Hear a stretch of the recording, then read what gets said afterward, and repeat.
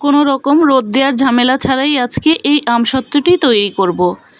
যারা রোদের জন্য আমসত্ত্ব তৈরি করতে পারেন না তারা এই রেসিপিতে মজার এই আমসত্ত্বটি খুব সহজেই তৈরি করে নিতে পারবেন।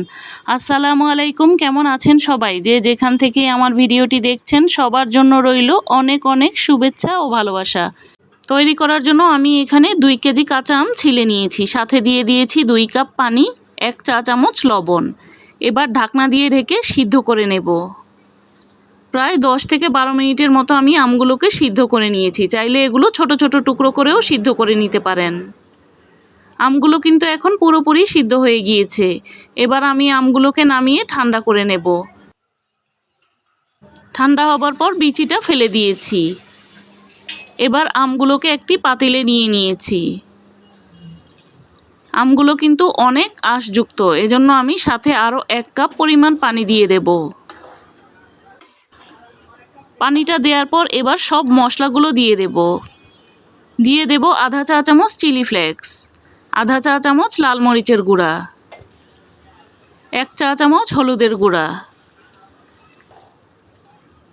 1 চা চামচ পাঁচফোড়নের গুঁড়া। শুধুমাত্র পাঁচফোড়নটাকেই আমি গুঁড়ো করে নিয়েছি। আর একটু স্বাদ বাড়ানোর জন্য দিয়েছি আধা চা চামচ বিট লবণ। দিয়ে দিয়েছি 2 কাপ চিনি। আজকের আমসত্ত্বগুলো একটু মিষ্টি মিষ্টি করে তৈরি করব, এজন্য 2 কেজি আমের জন্য 2 কাপ চিনি দিয়েছি। মিষ্টিটা আপনারা আপনাদের পছন্দ অনুযায়ী নিয়ে নেবেন। এবার নাড়াচাড়া দিয়ে খুব ভালোভাবে মিশিয়ে নিচ্ছি। চুলার আঁচটা কিন্তু আমি জ্বালিয়ে দিয়েছি। কিছুক্ষণ জাল করে নেওয়ার পর এইরকম ঘন হয়ে গিয়েছে। এবার আমি ছাঁকনি দিয়ে ছেঁকে নিয়েছি। সুন্দরভাবে আমি আমগুলো ছেঁকে আঁশগুলো ফেলে দিয়েছি।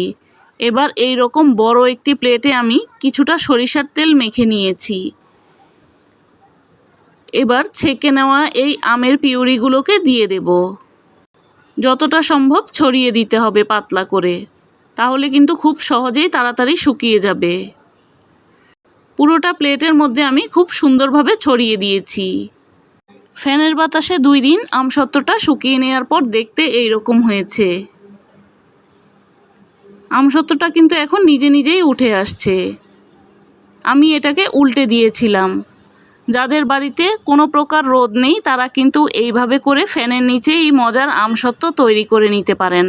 ভালো লেগে থাকলে এই পুরো রেসিপিটি একবার ট্রাই করে দেখতে পারেন। আবারও দেখা হবে নতুন কোনো রেসিপি নিয়ে।